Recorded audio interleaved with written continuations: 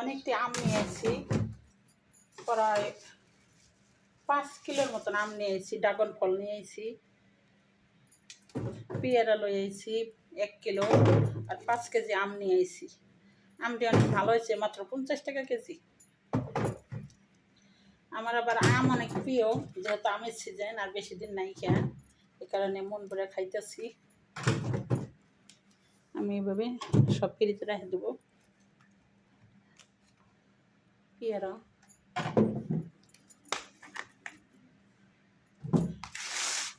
দুধ আনছি 6 কেজি না 7 কেজির মতন দুধ, সব ডিপ ফ্রিজে রেখে দিলাম দুধ। বাংলার বিদেশে এই আমের দাম, এত দাম আমের, আলহামদুলিল্লাহ এই দেশে বাংলাদেশে তো আমের দাম কম।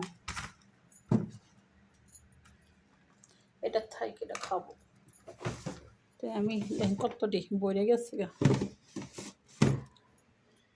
অনেকটি আম।